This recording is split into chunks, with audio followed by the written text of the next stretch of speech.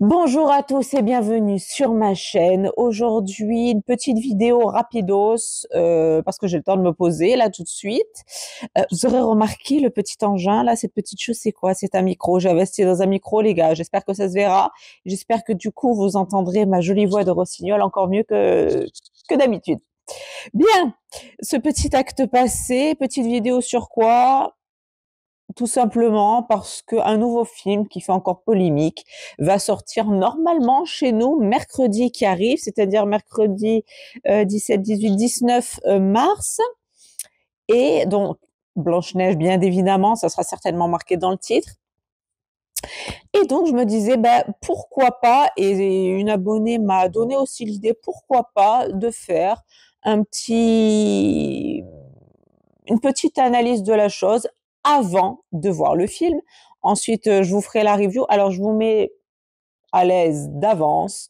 Je n'irai pas payer le cinéma. Je n'irai pas payer des places de cinéma pour moi et toute ma famille pour ce genre de film-là. Non, non, non. Donc, j'attendrai de pouvoir le télécharger pour vous en parler. Euh, mais voilà, sauf incident prévu, mais il n'est pas du tout prévu que je dépense mon argent pour voir ce film au vu de ce qui s'y passe. Donc, étant donné que le film sort mercredi, je me suis dit, on va faire un petit topo entre nous de ce qui a déjà été bien évidemment rapporté sur la toile. Je pense que ceux qui sont intéressés par ça n'ont pas besoin de moi, mais je vais quand même faire un petit débrief, donner mon avis et vous, en dernière partie, vous donner mon avis aussi de la bande-annonce, de ce qu'elle m'inspire ou pas. Voilà, de ce qu'on peut déjà tenter de décrypter sur ce que sera ce chef-d'œuvre de Walt Disney, de voir un petit peu comment il a été abordé. Donc dans cette petite vidéo, il n'y aura bien évidemment aucune analyse, aucune réflexivité, rien du tout. Tout ça viendra après, quand je vous ferai comme d'habitude la genèse avec les romans, les histoires vraies qui ont pu avoir, inspiré les frères Grimm, etc. Euh, le dessin animé de l'époque et le film qui sort mercredi en salle pour nous, jeunes Français. Donc, nous allons nous cantonner simplement à répondre un petit peu, enfin répondre, à donner notre analyse un petit peu sur les polémiques qu'il y a eu, en tout cas la mienne, savoir si vous êtes d'accord ou pas, et se baser, comme je vous l'ai déjà dit, sur cette fameuse bande-annonce. Alors, nous allons commencer par le commencement, c'est-à-dire que normalement, ce film est censé être une adaptation et non un remake. Petite définition, une adaptation, c'est censé être, en tout cas, collé au maximum à l'œuvre originale. On peut rajouter quelques scènes, quelques scénettes pour faire d'un dessin animé un film, comme par exemple ce qui a été le cas pour La Belle et la Bête, Aladdin, Le Livre de la Jungle, Le Royaume, etc. Ce sont des adaptations. Les remakes, en revanche, ce sont des films qui se basent sur l'œuvre originale, mais qui dévient un petit peu de la source originelle. Nous avons l'exemple de La Petite Sirène qui est sorti au cinéma, le film Maléfique évidemment, mais là ça c'est un chef-d'œuvre. Je ne peux pas dire que ça c'est trop beau, mais c'est un remake très bien réussi. Donc voilà, nous avons ces deux différences-là et apparemment Blanche-Neige, donc le film qui va sortir la mercredi 19 mars en salle, Blanche-Neige et non Blanche-Neige et les sept nains, est donc censé être une adaptation donc collée à l'œuvre originelle fait par Walt Disney et son équipe à l'époque, donc quand ils ont sorti le dessin animé. Alors, pour que les choses soient aussi claires pour vous, je vous avoue que ce n'est pas du tout un de mes Disney préférés. C'est-à-dire que, alors, j'aime pas, le mot est un petit peu fort parce qu'il y en a vraiment que je déteste, dont Dumbo, Bambi, Pinocchio, c'est pas trop mon truc aussi. mais voilà, c'est vrai que Blanche-Neige, c'est pas un dessin animé qui me met dans un bon mood. À l'instar aussi de La Belle au bois dormant, qui pourtant est très joli. C'est très joli. C'est un joli film, tout ça, mais il a cette envergure un petit peu moyenâgeuse, un petit peu d'âge obscurantisme, vous savez, cet âge un peu moyenâgeux, tout ça, que je ressens dans le dessin animé de La Belle au bois dormant, malgré le fait que ce soit un beau Disney, tout ça, tout ça. Je ressens un petit peu de malaisance quand je vois Blanche-Neige, pour l'avoir vu très peu de fois, parce que je vous avoue que ce n'est pas du tout un dessin animé qui m'a fait rêver étant petite. Il y a des scènes qui m'ont fait peur. C'est pas quelque chose qui m'a foncièrement motivée dans la vie, qui m'a ouvert les yeux sur ça. Alors ça, oui, mais ça sera l'objet de ma review, mais voilà, qui m'a forcément ouvert des scopes incroyables sur la vie. Enfin voilà, c'est pas un des Disney qui a enchanté mon enfance, dirons-nous.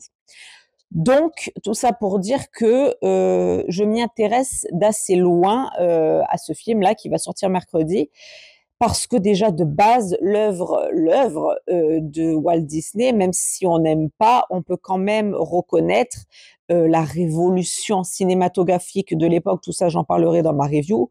C'est une révolution cinématographique et rien que pour ça, c'est clap clap. Mais très franchement, non, voilà, pas plus.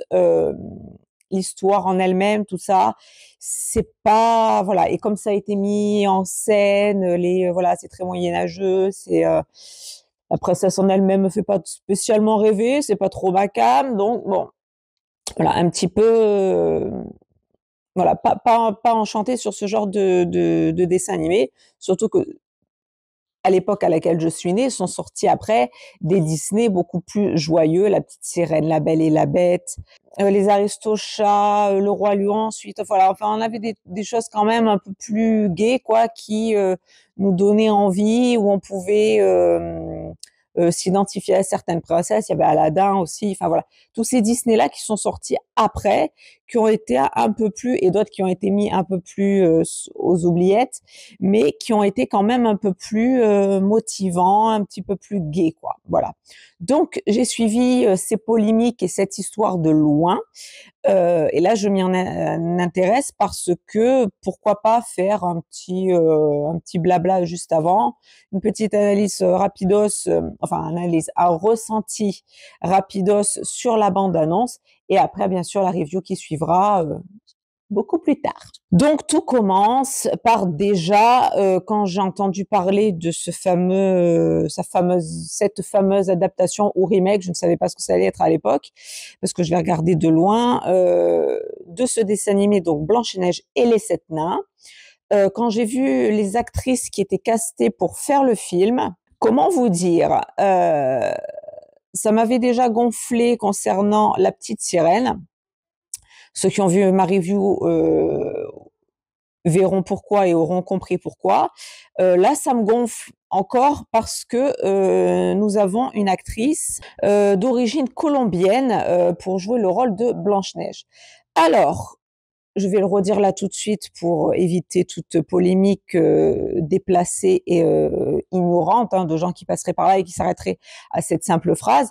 Ceux qui ont vu ma review sur La Petite Sirène auront compris que sur le coup, j'ai été déçue de l'actrice, non pas parce qu'elle est métisse, parce que je n'ai rien contre ça, je ne suis contre personne, bien évidemment, et que je trouve cette actrice fort belle et fort, alors talentueuse non, parce que je vous avais dit qu'elle avait voilà un petit jeu d'acteur assez limité, mais je trouvais cette actrice très jolie et je l'aurais vue dans d'autres films qui m'auraient plu tout autant. C'est juste que je née en 86, j'ai grandi avec certains Disney. Voilà, il y a des Disney qui ont été créés avant moi, dont Blanche-Neige, des Disney qui ont été créés pendant que je faisais ma petite croissance, et des Disney qui continuent à être mis en route, dont Tiana, par exemple, que mes filles voient. Moi, j'étais déjà avancée dans l'âge, n'est-ce pas? Vaiana aussi, voilà, ces deux personnages-là, par exemple, hein, pour ne pas citer que les Caucasiens, ne me dérangent pas et en tant que princesse, pour moi, sont très belles, très jolies, mes filles ont rencontré Tiana à Disney et elles étaient très contentes. Voilà, c'est une princesse qui est quand même assez rare, comme Jasmine d'ailleurs. Ce serait bien qu'on la voit un peu plus, mais bon, bref. Donc voilà, sur ça, c'est pas le problème. Le problème, c'est que en tant qu'enfant né en 86 et ayant grandi avec certains modèles de héros ou héroïnes à ce moment-là, eh bien Ariel, par exemple, était un personnage à la peau blanche, aux lèvres rouges corail, aux cheveux rouges corail, avec une queue de poisson verte, un soutien-gorge en coquillage violet. C'est comme ça, c'était mon héroïne de l'époque. Après, comme j'ai dit dans ma review, elle a évolué et aujourd'hui, c'est sûr que l'héroïne d'Ariel, c'est le film qu'on a aujourd'hui pour mes filles, par exemple. Mais parce que c'est une question d'époque, il faut savoir vivre avec son temps. Blanche-Neige, pour moi, et pour en plus ce qui a été dit dans le film, c'est censé être une personne à la peau extrêmement blanche également, aux lèvres très rouges et aux cheveux très noirs. Ça, c'est ce que je vous dirais dans ma review, comme sa maman le souhaitait, par exemple. Elle avait la peau blanche comme la neige, les lèvres rouges comme le sang et les cheveux noirs comme l'ébène. Ça, c'est ce sur quoi Disney s'est calqué pour créer Blanche-Neige, d'où son nom. C'est-à-dire que son nom est assez représentatif de ce qu'elle est censée représenter. Donc déjà là, ça m'a un peu gonflé quand j'ai vu l'actrice parce que je me suis dit, mais à quel moment va-t-on arrêter? À quel moment? C'est-à-dire que si vous voulez parler d'inclusion, on peut en faire, mais pour d'autres sujets, pour d'autres films, euh, on peut faire des films sur l'inclusion de toute personne, de toute personnalité, de tout handicap, de tout ce qu'on veut, mais arrêtez, s'il vous plaît, de toucher aux classiques qui ont bercé l'enfance de certaines personnes, alors qu'on les remanie aujourd'hui, ok. Nos sociétés d'aujourd'hui ne sont plus les sociétés d'avant, d'accord, mais si là, on se calque sur l'œuvre originale de Disney, ce qui apparemment doit être le cas, calquez-vous sur l'œuvre originale de Disney, ou alors faites un remake, ou alors faites carrément autre chose. Voilà, arrêtons. Arrêtons, ça suffit, ça devient mais ridicule, ridiculo-politique. À un moment donné, stop, stop. Appelons un chat un chat. C'est pas parce qu'on va prendre une caucasienne pour jouer Blanche-Neige qu'on est obligatoirement raciste et qu'on ne veut pas intégrer qui que ce soit. Il y a aucun problème là-dessus, les gars. C'est pas le problème. C'est qu'on s'attaque à une œuvre avec une princesse qui est censée être d'une façon bien précise. Jasmine, c'est Jasmine. Tiana, dans La Princesse et la Grenouille qui est sortie je sais pas quand, elle est comme elle est. Allez me sortir une Pocahontas caucasienne, par exemple. Enfin, je sais pas. Esmeralda, dans le bossu Notre-Dame, magnifique d'ailleurs. Allez me chercher une caucasienne pour jouer Esmeralda dans ce cas-là. Restons logiques. Voilà, restons logiques. Esmeralda, c'est une gitane, merveilleux. Pocahontas, c'est une indienne, merveilleux. Donc voilà, déjà rien que pour ça, ça m'a saoulée, ça m'a gonflé. Je me suis dit, oh là là, on part déjà dans un délire. On part déjà dans un délire. Rien que quand j'ai vu les deux têtes d'affiche, c'est-à-dire Gal Gadot et Rachel Ziegler, je me suis dit, waouh, on part encore dans un délire. On part encore dans un délire. Voilà, Disney s'engouffre dans le wokisme, il n'y a pas de problème, c'est chacun son truc. Mais à un moment donné, franchement, j'en arrive à un stade où j'en ai assez qu'on touche aux œuvres qui ont bercé mon enfance. Vraiment, mais très sincèrement, en fait. Voilà, les deux, bon, sans parler du Roi Lion, mais ça, c'est parce que c'est particulier, ça traite d'un sujet qui est très particulier. Les deux seuls Disney, pour moi, en tout cas, qui me viennent tout de suite, qui ont été réussis et qui ont calqué vraiment à l'œuvre de Walt Disney sont La Belle et la Bête et Aladdin, par exemple. Voilà. Et là, on s'est pas posé la question. Voilà. Il n'y a pas eu de est-ce que inclusion, pas inclusion, machin. Voilà. C'était Aladdin, dans son endroit, dans son royaume, avec Jasmine dans son royaume, et La Belle et la Bête dans son royaume, dans son endroit. Voilà, arrêtons, arrêtons, arrêtons. Et pour le remake de Maléfique, pareil, c'était très beau, c'était bien remanié, on l'aura compris, hein, avec ma review, etc. Mais voilà. Et lorsque j'ai vu également que Gal Gadot allait jouer la méchante reine, donc voilà, Gal Gadot, c'est la seule, enfin, parce qu'en plus, disons que c'est vrai que j'aime beaucoup cette actrice. Je l'ai connue moi personnellement dans Wonder Woman, évidemment, et j'ai trouvé qu'elle était talentueuse, qu'elle était très jolie, qu'elle était charismatique à son échelle. Je me suis dit, elle pourrait peut-être relever un peu le niveau de tout ça selon la direction qu'allait prendre Disney au vu encore de l'actrice principale qu'ils allaient prendre pour la polémique, pour les putaclics, pour la mauvaise pub, mais pour de la pub quand même, parce qu'il faut pas oublier que si tout ça a été fait, je pense qu'ils savent très bien où ils vont, ils savent très bien que ça va déchaîner les passions, comme ça l'a été fait pour La Petite Sirène, par exemple. Qui d'ailleurs n'a pas été à la hauteur de recettes, pour parler de chiffres, de ce que Disney en attendait. Voilà, je pense que tout ça est de toute façon très très bien orchestré. Après, à nous d'accepter ou pas, à voir. Donc moi, déjà, partant de ce postulat-là, alors déjà, n'aimant pas ce dessin animé, je vous avoue que quand j'ai vu qu'ils allaient sortir ce film-là, je me suis dit, il y en avait quand même d'autres à sortir avant, qui étaient quand même plus jolis, qui étaient un peu plus gais, tout ça. Après, vous me direz, Blanche-Neige, c'est quand même ce qui a fait exploser Walt, ce qui a fait exploser la carrière, ce qui a fait après tous les chefs-d'œuvre qu'on a connus. Blanche-Neige en est un, en fait partie. Mais voilà, je vous avoue que ce choix d'actrice principale, ça n'a pas été tout de suite. Voilà, ça m'a laissé encore un goût un peu amer, mais pour ce que je vous ai expliqué dans ma review sur La Petite Sirène, pour tout simplement l'héroïne Disney avec laquelle j'ai grandi, tout simplement. Et comme c'est censé être une adaptation et non un remake, pourquoi les gars vous faites ça? Pourquoi vous faites ça? Faites un remake. Faites un remake, faites autre chose. Alors, autre point aussi qui a été très décevant me concernant, ça concerne l'acteur Peter Dinklage, si je prononce bien, je vous mettrai sa photo au cas où. C'est Tyrion Lannister, pour ceux qui ne connaissent pas, ceux qui ont vu la série Game of Thrones, que j'ai suivie de A à Z, que j'ai adoré, et dont Tyrion faisait partie des personnages principaux, et faisait partie des personnages les plus aimés du public, dont moi. Je trouvais que c'était un très bon acteur, qu'il était très charismatique, que je le trouvais très très bien. Je trouvais qu'il jouait très bien, je trouvais voilà, très beau, très charismatique, très très tout ce qu'il faut, très bien.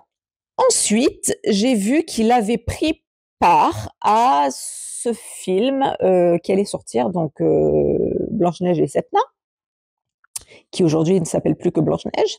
C'est-à-dire qu'en fait, il a donné son avis. Alors, on est tous libres de donner son avis, c'est pas le problème. Sauf que son avis à lui, je l'ai trouvé un petit peu bizarre. C'est-à-dire que c'est une personne, donc, ce Peter Dinklage, donc en 2022, qui a été atteint donc dès la naissance d'achondroplasie, d'accord, a fait, je sais pas, des interviews, je sais pas quoi, il a été invité et il a donné son avis sur ce film en disant, donc je cite, « Vous êtes progressiste d'un côté, mais vous continuez de raconter cette putain d'histoire rétrograde à propos de 7 nains vivant ensemble dans une grotte. N'ai-je rien fait pour faire avancer la cause entre-temps » Fin de citation. Donc déjà, le mec, il se prend pas pour une merde. Parce qu'avant lui, il y en avait d'autres. Si je veux, je peux lui présenter Warwick Davis, si jamais il connaît pas. Ça lui fera peut-être dégonfler les chevilles. Donc, déjà, quand j'ai entendu ça, j'ai été outrée par ses propos parce que non, les nains ne vivent pas dans une grotte, mon gars. ils travaillent dans une mine, mais ils vivent dans une chaumière. Ensuite, qu'est-ce que ça peut foutre que donc nains, comme tu les appelles, vivent dans une alors chaumière du coup, parce que je vais reprendre les termes, parce que mon gars, tu te foires total, hein, puisqu'ils vivent pas dans une grotte, ils sont un petit peu plus évolués que ça quand même. Faut pas, ne les réduisons pas. Pourquoi fais-tu ça, Peter? Pour toi, pourquoi réduis-tu les nains à vivre dans une grotte? Sont-ils si primitifs que ça? Non, les nains vivent dans une chaumière, mon gars. Ils ont réussi à se créer un foyer, ils vivent dans une chaumière. Donc ça, je te l'apprends, hein, au cas où tu l'aurais pas vu passer. Donc les 7 nains de Blanche-Neige sont censés vivre dans une chaumière, donc une maison, hein, agréable, au milieu de la nature, à l'instar d'Aurore, qui va vivre avec les 3 fées, par exemple, ou d'autres personnages fictifs qui peuvent vivre dans une forêt. Je te l'apprends, les nains ne vivent pas comme des primitifs dans une grotte. Non, non, non. Ils vont travailler dans une mine pour récupérer des joyaux, des bijoux en tout genre. Et ensuite, ils rentrent chez eux dans ce qui s'appelle une chaumière modeste, peut-être pour toi, mais une chaumière quand même, hein, avec tout ce qu'il faut, tout le confort, toute la nourriture et tutti quanti. Donc déjà là, mon cher Peter, tu pars assez mal. Ensuite, n'ai-je pas fait autant pour cette cause? Qu'as-tu fait? Qu'as-tu fait, Peter? Qu'as-tu fait? Qu'est-ce qui te prend? Qu'est-ce qui se passe? C'est Game of Thrones que tu t'es mis tout seul sur le trône de fer? Comment ça se passe? Qu'est-ce qui se passe? Tu savais pas qu'avant toi, par exemple, il y avait un Warwick Davis qui a joué avec Spielberg, qui a fait 36 milliards de films, qui a une notoriété incroyable, qui est pionnier dans tout ce qu'il a fait et qui a eu ses rôles grâce à son achondroplasie et pas parce que c'est un nain?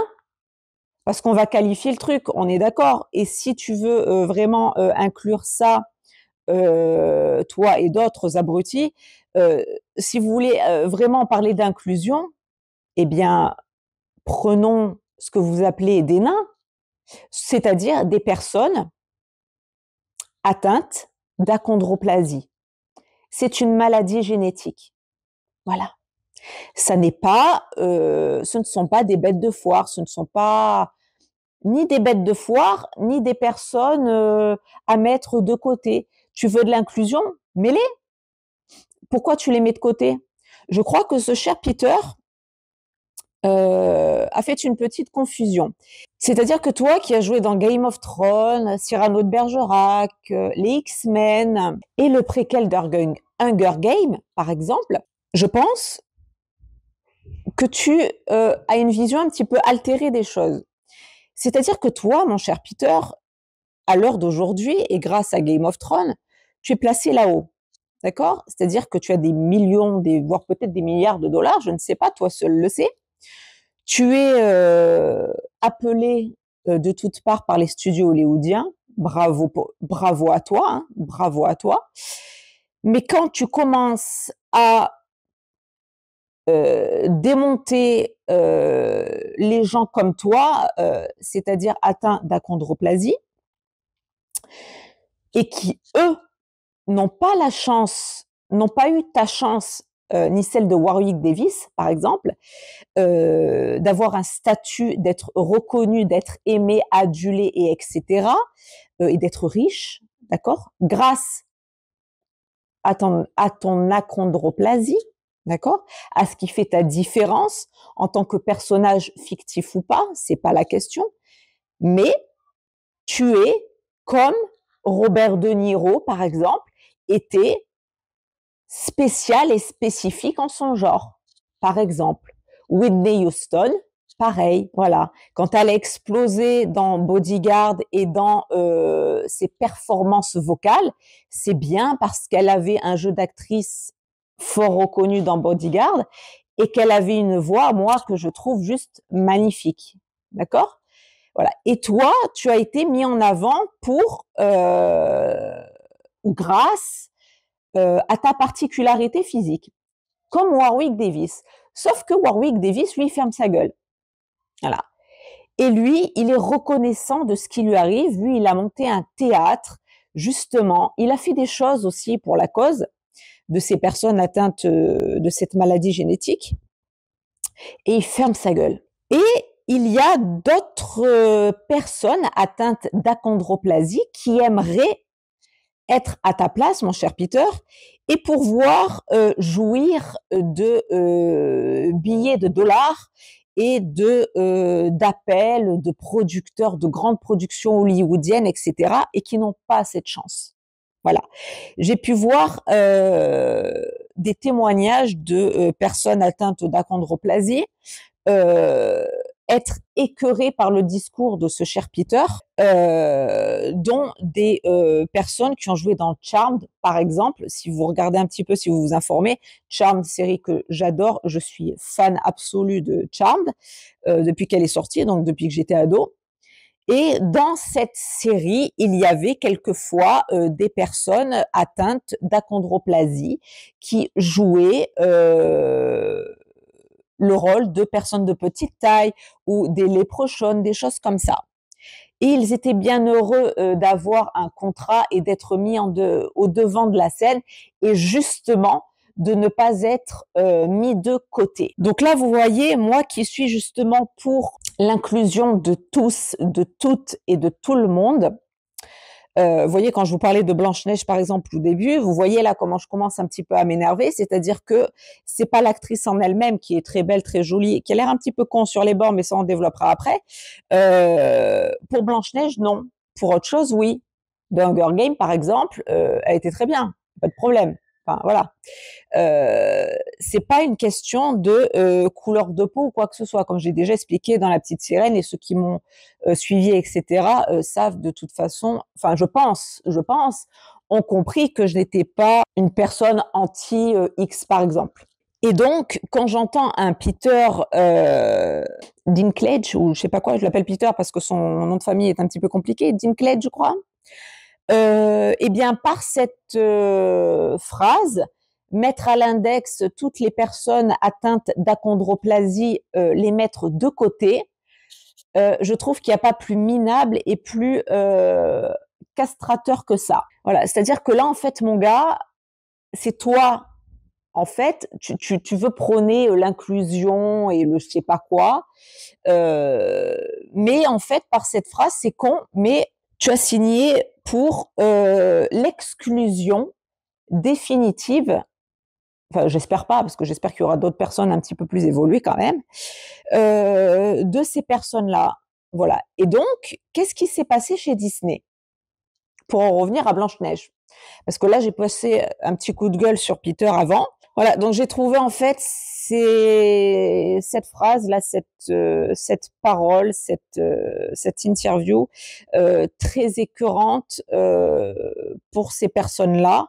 Toi qui es aujourd'hui très privilégié et qui peut donc ouvrir ta grande gueule, parce que sinon tu l'aurais bien sûr fermé, hein, parce que avant d'être Lannister et qu'on t'appelle pour d'autres productions, tu étais bien content. D'accord. Tu as joué aussi d'ailleurs dans un Marvel, me semble-t-il, avec quand il a fallu sauver l'humanité là avec Thanos, me semble-t-il, hein, pour reformer un gant. Tu as joué aussi dedans, tu étais content. Oui, oui, oui, tu étais content. Mais par contre, pour faire jouer des personnes comme toi et pour les mettre en avant dans ce qui s'appelle Blanche-Neige et les Sept Nains, là non.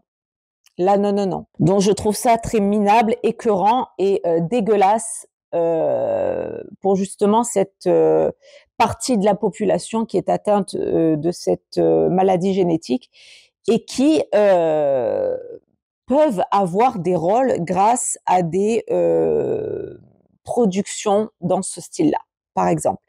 Donc maintenant, je vais m'en arrêter avec ce petit coup de gueule parce que je pense que vous aurez compris que ce n'est pas un problème d'inclusion de qui que ce soit, mais plus un problème de voilà, de héros avec qui je suis, avec qui j'ai grandi, et de ce coup de gueule où justement là, par contre, on a affaire à quelqu'un, je trouve, de très condescendant, de très voilà, très tout ce que je déteste. Et donc, mon cher Peter, pour en finir avec toi, et tout le bordel que tu as suscité, évidemment, grâce à toi, et on t'en remercie tous. Enfin, moi, en tout cas, hein, parce qu'il y en a à qui ça fait très plaisir, moi, pas du tout. Tu confonds également, tu fais un petit amalgame entre donc les personnes qui sont atteintes d'achondroplasie, donc de nanisme, que les personnes peuvent appeler des nains, ok, dû à un certain handicap, c'est classé dans la case d'un certain handicap, on n'a pas à le nier, appelons un chat, et n'ayons pas peur aussi de parler, d'accord? Et des nains qui sont appelés ainsi dans des univers fantastiques. Nous allons prendre l'exemple que je connais très bien, qui est de l'univers Tolkien, par exemple, où nous avons des nains qui ont été joués par des acteurs de taille standard, dirons-nous. Voilà, en tout cas, non atteints d'achondroplasie. Ces nains, dans l'univers fantastique, ont la particularité souvent une masse corporelle un peu plus dense, enfin, qui ont un aspect visuel, en tout cas dit dans le fantastique et la fantasy, particulière, mais pas dans le sens des personnes atteintes d'achondroplasie, par exemple. Voilà, ce sont des créatures très spécifiques, très particulières, avec des traits physiques bien particuliers. On pourrait prendre l'exemple des fées, par exemple, je sais pas moi, des gnomes, etc. Enfin, voilà, il y a tout un univers, tout un panel de créatures qui existent dans l'univers fantastique. Et ce que les gens appellent vulgairement, on va dire, des nains. Donc voilà, ne mélangeons pas ce qui peut être fantastique et sorti tout droit d'un rêve, d'un imaginaire, de tout ce qu'on voudra, avec les handicaps que la vie, les handicaps de la vie en fait, tout simplement. Voilà. Et toi, mon cher Peter, je ne sais pas à quelle heure tu as lutté contre ce genre de choses, par exemple. Jusque-là, les créatures fantastiques vivaient leur vie, vivaient très bien. Et je vais aussi prendre un autre exemple, par exemple, celui du Maléfique 2, dont la review sortira plus tard. Nous avons Warwick Davis, mon cher Warwick, que j'affectionne tout particulièrement, qui joue un rôle dans le film. Et on apprendra, donc Warwick Davis, atteint d'achondroplasie aussi, donc on pourra appeler nain, pour ceux qui le désireront, dans ce film, ne joue pas le rôle d'un nain. Il joue le rôle d'une fée. Eh oui, eh oui. Les fées ne sont pas juste belles, élancées, magnifiques et merveilleuses comme Angelina Jolie, par exemple. Voilà, elles sont également à l'image de Warwick Davis, par exemple, dans le 2. Vous voyez, on a une petite différence, ceux qui veulent la faire, entre, par exemple, un Peter là qui sauterait sur son fauteuil, avec une Angie qui est magnifique, merveilleuse et magistrale, et un petit Warwick Davis qui a été meurtri, qui est tout cabossé, etc., qui est un petit peu grimé dans le film, mais qui n'est pas un nain, et qui est une fée. Donc du coup, on en fait quoi de lui aussi? On dit quoi? J'attends ta réponse, Peter, qui bien sûr ne viendra jamais parce que tu n'enverras jamais cette vidéo. Mais en gros, tu m'as gonflé. Voilà, ton discours m'a gonflé, a gonflé aussi toute cette population-là de personnes atteintes de cette maladie génétique. Tous ces gens qui, en fait, eux, attendent d'être appelés pour des rôles comme ça qui leur... grâce à leur physique, et pas à cause d'eux. Je veux dire, dans ce cas-là... le film d'Artus, mais n'allons pas le voir. Ne le mettons pas en salle. Ne lui donnez pas des vues, n'allez pas acheter des tickets en cinéma. Ne l'encensez pas comme il a été encensé. Voilà, un petit truc en plus. Vous voyez, film Artus. Artus, n'allons pas le voir non plus. Oh mon Dieu! Nous stigmatisons, les gars. Faut arrêter les conneries 5 minutes. Donc, mon cher Thirion, là, tu me les as gonflés, mais sévères, vraiment, parce que pour ces personnes-là et pour me renseigner à mort sur tout, la vie en général et les gens et les témoignages, je peux t'assurer, mon gars, que tu as fait beaucoup de mal à cette partie de la communauté, et ceux pour qui, et dont ceux que j'ai retrouvés qui ont joué dans Charmed, ont été choqués et très attristés par cette intrusion de ta part, en fait, on n'en avait rien à foutre, très clairement, parce que tu ne faisais pas partie c'est peut-être pour ça d'ailleurs que tu avais les boules, tu ne faisais pas partie du casting pour Blanche-Neige, et donc tu les as tous laminés. Donc, eux et moi, nous t'en remercions grandement. Voilà, je trouve ça extrêmement lamentable de se cacher derrière un discours aussi lamentable pour clamer quelque chose qui, en fait, quand tu vas gratter, ne vaut rien. Voilà, juste pour ouvrir ta gueule et empêcher certaines personnes d'avoir du travail et d'être sur le devant de la scène. Voilà, de pouvoir être justement mises en avant par leurs différences. Justement. C'est ça qui est justement, je trouve, beau. Et c'est ce que je disais quand j'avais parlé de ma rencontre avec Warwick Davis et dans Willow, la review que j'en avais faite. C'est justement de se dire qu'il y a des gens qui naissent avec un certain handicap et qui bien arrivent à s'en sortir dans la vie. Mais je prends l'exemple de ça, mais on pourrait parler pareil des joueurs, des sportifs de haut niveau qui ont la possibilité d'atteindre les Jeux olympiques, donc du coup paralympiques, parce que tout est fait pour qu'ils soient mis aussi au devant de la scène.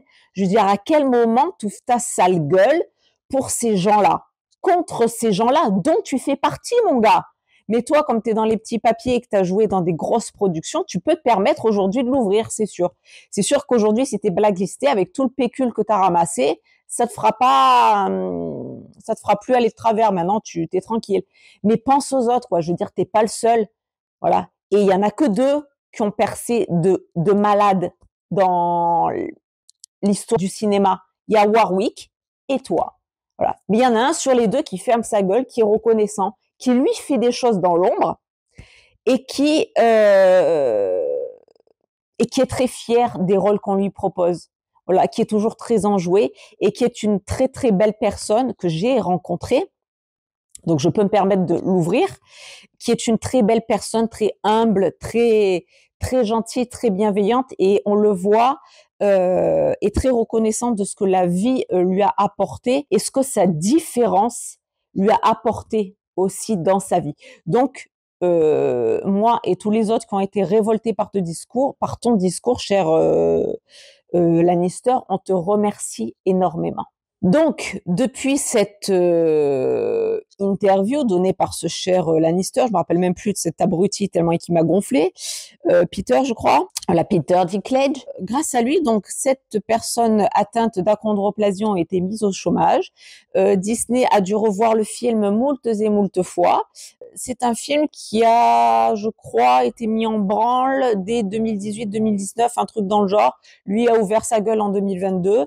Donc en 2022, on remake tout. Du coup, on a 7 créatures fantastiques. On n'a plus du coup 7 nains, on a 7 créatures fantastiques. 7 créatures fantastiques qui n'ont encore pas convenu au public et qui du coup ont été mis de côté et qui donc ont été remaniés pour donner la vie à des nains 3D. Voilà, à des nains 3D. Alors de ce que j'ai vu, assez dégueulasse. Puisque Disney avait mis un budget énorme dans le film et donc s'est retrouvé avec plus grande chose à force de faire, de refaire, etc., etc. Il paraît que Gal Gadot avait déjà fini toutes ces scènes, tout était bouclé déjà dès 2022. C'est pour vous dire. Et donc le film a été poussé et repoussé. Donc je pense que nous allons nous retrouver avec 7 nains. Du coup, on va se retrouver quand même avec 7 nains, mais du coup fait en 3D. Et je pense que la 3D va être assez dégueulasse. De ce que j'en ai compris, ce sera une 3D assez rétrograde, c'est-à-dire à l'image d'il y a 10-15 ans, par exemple, en arrière, et pas avec la belle technologie qu'on pourrait avoir aujourd'hui, par exemple. Voilà, ça serait une technologie assez assez bas de gamme du coup, puisque moins de budget grâce à toi et à d'autres, parce qu'il y a la petite là, qui a ouvert sa bouche aussi. Et bien évidemment, le dernier affront ultime a été bien d'enlever une partie du titre originel du film qui se intitulait Blanche-Neige et les 7 nains, qui aujourd'hui ne s'appellera plus que Blanche-Neige. Donc maintenant, nous allons basculer sur Rachel Ziegler, qui à la base est une youtubeuse chanteuse, de ce que j'ai compris, avec des millions d'abonnés ou des milliers d'abonnés, je ne sais pas, enfin, était quand même reconnue, avait une certaine popularité. Et donc, comme elle chantait extrêmement bien, apparemment, je ne suis pas allée vérifier, hein, a été recrutée pour jouer dans West Side Story, échec au box-office. Ensuite, s'en est suivi Shazam 2, qui a été un échec au box-office. Alors, quand je parle d'échec au box-office, c'est-à-dire je parle à l'échelle mondiale, bien évidemment, pas juste territoire national là-bas. Voilà, échec au box-office mondial. Et pour en terminer avec elle, avant-dernier donc film, le dernier Hunger Game, qui là a reçu un bon score, mais qui quand même apparemment reste le pire de la saga. Donc là, on peut s'imaginer que le film a eu son heure de gloire parce qu'il s'appelait Hunger Game et qu'avant, il y en avait eu d'autres et pas porté par l'actrice. Donc déjà, quand on commence un petit peu comme ça avec des échecs, on peut se demander qu'est-ce que cette actrice vient foutre dans une prod Disney. Donc, d'après ce que j'ai vu, elle a aussi donné une interview en disant qu'il fallait éduquer les gens. Alors, elle est mignonne, cette petite, parce qu'elle a 20 ans, elle me fait rire. Apparemment, il faut éduquer les gens. Alors, je dis pas que ce qu'elle dit est foncièrement de la merde, parce qu'il y a encore des gens qui sont rétrogrades et tout ce qu'on voudra, racistes et tout ce qu'on voudra. Ça, il n'y a aucun problème là-dessus, je la rejoins. Mais que pour des héroïnes comme Blanche-Neige, par exemple, parce que c'est le thème de la chose, elle n'a jamais vu d'actrice comme elle jouer Blanche-Neige, donc il faut donc la prendre elle en exemple, bien évidemment, pour jouer ce rôle, et donc il faut éduquer la population et voir nos enfants à l'inclusion de ces personnes aux couleurs de peau différentes des nôtres, etc. Alors ça, j'ai trouvé ça fort rigolo, hein, fort amusant, parce que je n'ai pas besoin de cette personne pour éduquer mes filles à accepter son prochain. Déjà, de base. Je t'ai pas attendu, toi, cher, je sais plus quoi, là, pour éduquer mes filles à quoi que ce soit. Mes filles, quand elles ont vu La Petite Sirène, elles ont été choquées de rien du tout, par exemple. Vous voyez ce que je veux dire? Quand elles ont des copains, des copines de confessions différentes, de couleurs de peau différentes, parce que c'est le cas, il y a aucun problème avec ça. Donc, je t'ai pas attendu, toi, petite youtubeuse de 20 ans, pour m'éduquer ou éduquer mes enfants. Il se trouve que là aussi, tu fais un tout petit amalgame, c'est-à-dire que tu prends une héroïne qui s'appelle Blanche-Neige et qui a été fait penser, réfléchi, dessinée d'une certaine manière. Est-ce que tu vas dire la même chose quand va sortir Pocahontas, Esmeralda, donc Jasmine est déjà sortie, donc c'est mort, mais voilà, la princesse et la grenouille, est-ce que tu vas nous faire le même délire? Est-ce que si on te sort une Tiana caucasienne, tu vas ouvrir ta gueule, ou est-ce que tu vas dire c'est bien? Parce que du coup, on inclut tout le monde. Et donc, elle a dit qu'elle était fière parce qu'elle devenait une princesse latina. Ok, très bien. Je pense qu'il y avait d'autres films, dessins animés, héroïnes sur lesquels tu aurais pu devenir l'héroïne, justement, sans prendre Blanche-Neige.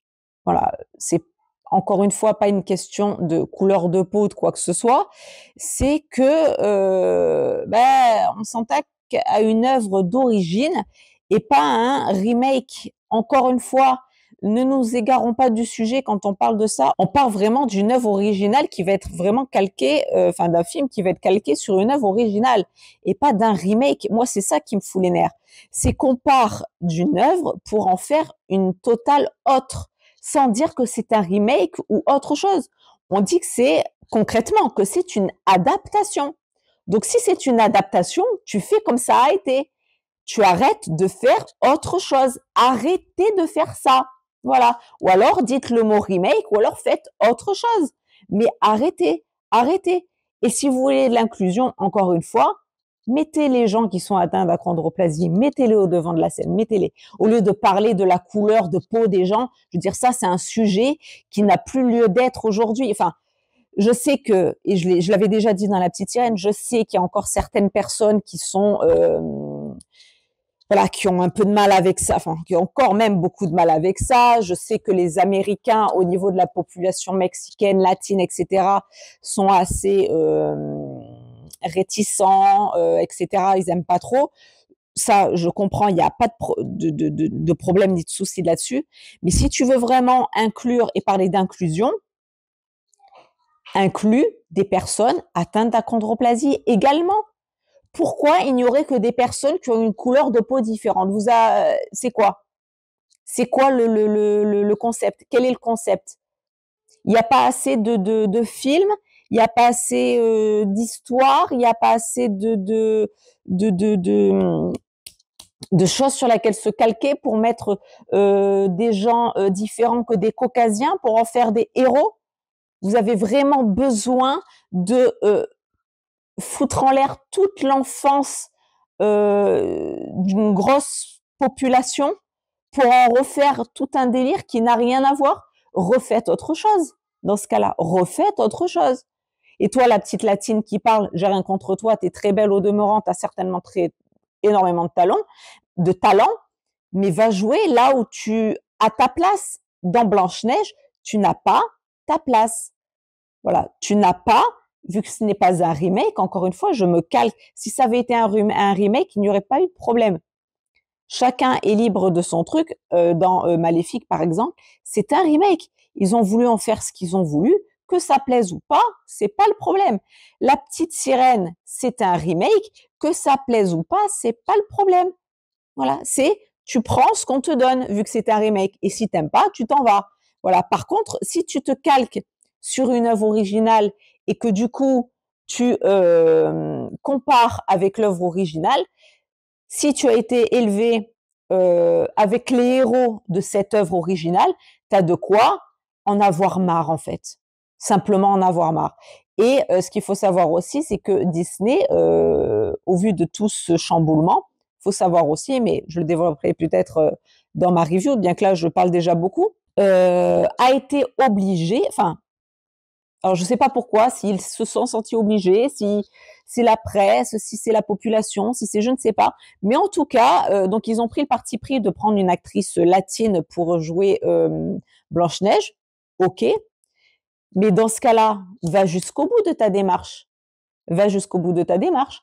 Il faut savoir que cette actrice latine, là, dont j'ai plus le nom, a été blanchie dans les images que vous verrez à l'écran. La production Disney a blanchi littéralement, c'est un souhait de leur part, d'avoir voulu blanchir la peau de l'actrice pour les besoins du film. Là, faut m'expliquer. Voilà.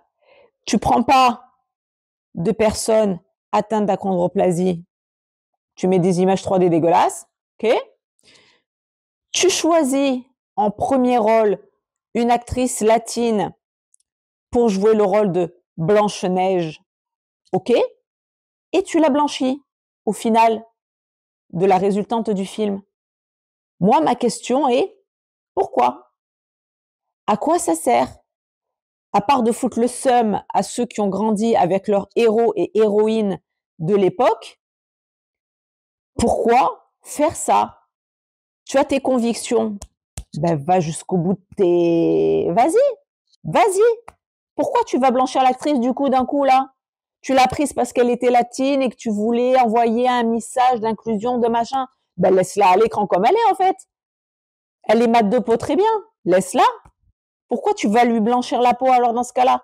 Expliquez-moi ça. Juste expliquez-moi ça. Voilà. Allons jusqu'au bout des choses dans ce cas-là. Allons vraiment jusqu'au bout.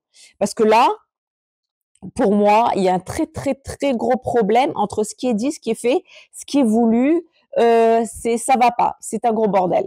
Ensuite, ce qu'il faut savoir de cette chère Rachel Ziegler, c'est qu'elle a apparemment démonté, je l'ai vu très rapidement, hein, pour essayer de prendre un petit truc, là, vite fait, l'œuvre originelle, dénigrant bien évidemment la femme au foyer, la femme qui aurait besoin d'un prince pour être réveillée, qui aurait dénigré l'amour dans son simple apparat, et donc prône l'image, encore une fois, bien évidemment, d'une femme forte qui sait se débrouiller seule, qui n'a pas besoin d'un homme pour vivre, survivre ou renaître, ou vous l'interpréterez comme vous voudrez.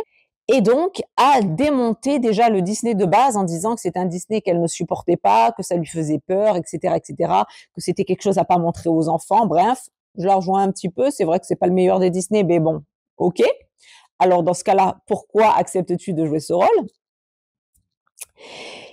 Et Donc, à côté de ça, elle a démonté tout ce qui faisait l'œuvre, le chef-d'œuvre parce que qu'on le veuille ou non, à l'époque, ça a été reconnu comme un chef-d'œuvre de chez Walt Disney, de son entreprise, et donc a révolutionné le cinéma donc américain et ensuite le cinéma mondial, bien évidemment, avec tous les dessins animés qui ensuite s'en suivront.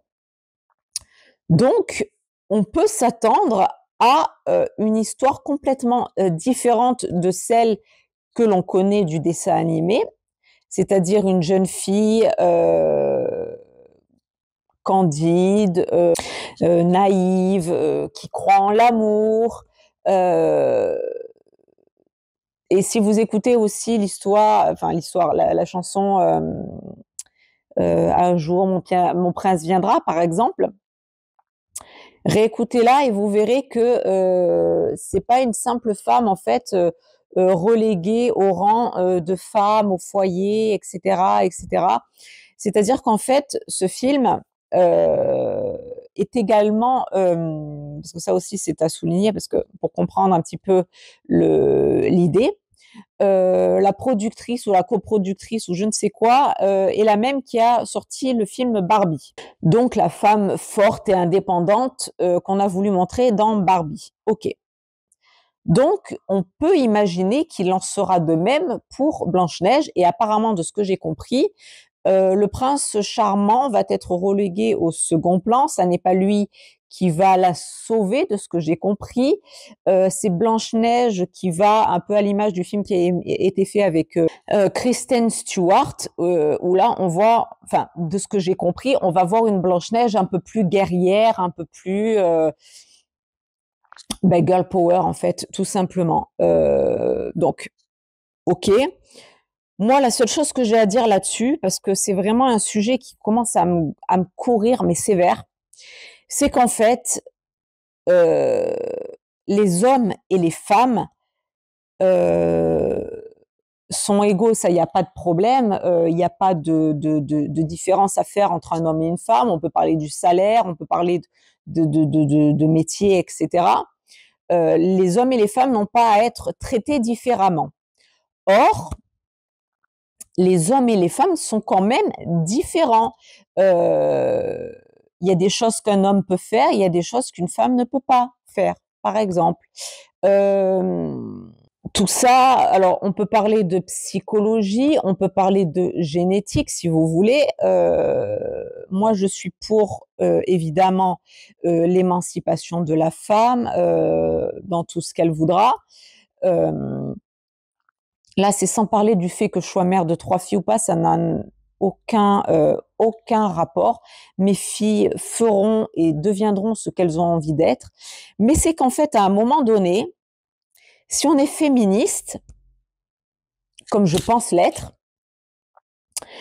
c'est-à-dire que tu luttes pour que la femme puisse s'émanciper, très bien, mais si tu as en face de toi une femme qui désire être femme au foyer, par exemple, et qui aime bien se retrouver chez elle, faire joli son intérieur, son petit cocon à elle, avec son mari, ses enfants, enfin son mari ou sa conjointe, peu importe. Une femme qui a envie d'être femme au foyer, de s'occuper de son foyer, de préparer des petits plats pour son mari ou sa femme ou ses enfants, qui n'a pas envie spécialement d'aller travailler, qui préfère soit rester à la maison, soit faire partie d'œuvres caritatives, d'associations, etc., etc. Tu l'acceptes en fait et tu ne cries pas sous tous les toits que c'est le produit d'une manipulation patriarcale. Parce que ça aussi, ça va bien 5 minutes, c'est-à-dire que c'est bien de prôner tout ça, c'est très mignon, le girl power, le truc, etc.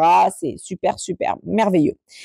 Mais sachez quand même que dans nos sociétés, quelles que soient les sociétés, enfin là on va parler des sociétés occidentales, il peut exister des femmes dont le souhait est alors d'être, on va prendre l'exemple là puisqu'il s'agit surtout de ça, d'être mariée et de ne pas avoir envie d'aller travailler, par exemple, si le mari subvient suffisamment aux besoins du couple, évidemment.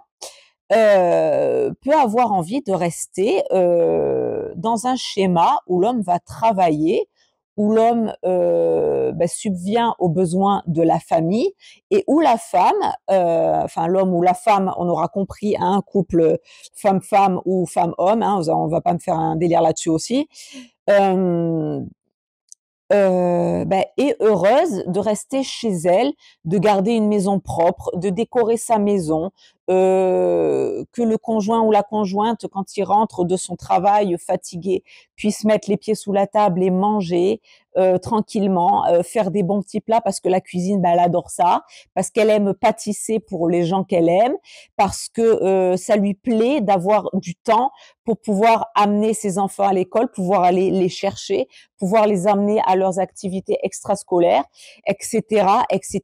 Ne pas avoir à les mettre en crèche, en périscolaire ou en comment on appelle ça, en centre aéré par exemple pendant les vacances, etc. Il y a des femmes qui veulent ça. Alors le rêve, je dis pas un rêve, mais dont le but de la vie, par exemple, est ça. Il y en a qui rêvent de créer leur famille, d'avoir leur conjoint, conjointe et enfants, et en même temps d'avoir une carrière à côté, professionnelle, j'entends. Il y en a qui ne veulent pas entendre parler d'enfants, qui veulent un couple sans enfants, et il y en a qui ne veulent pas avoir ni couple, ni enfant, ni que dalle, et qui veulent juste profiter de la vie et des plaisirs de la vie tous les samedis soirs, par exemple. On a de tout. Et moi, j'estime que quand on est féministe, c'est ça.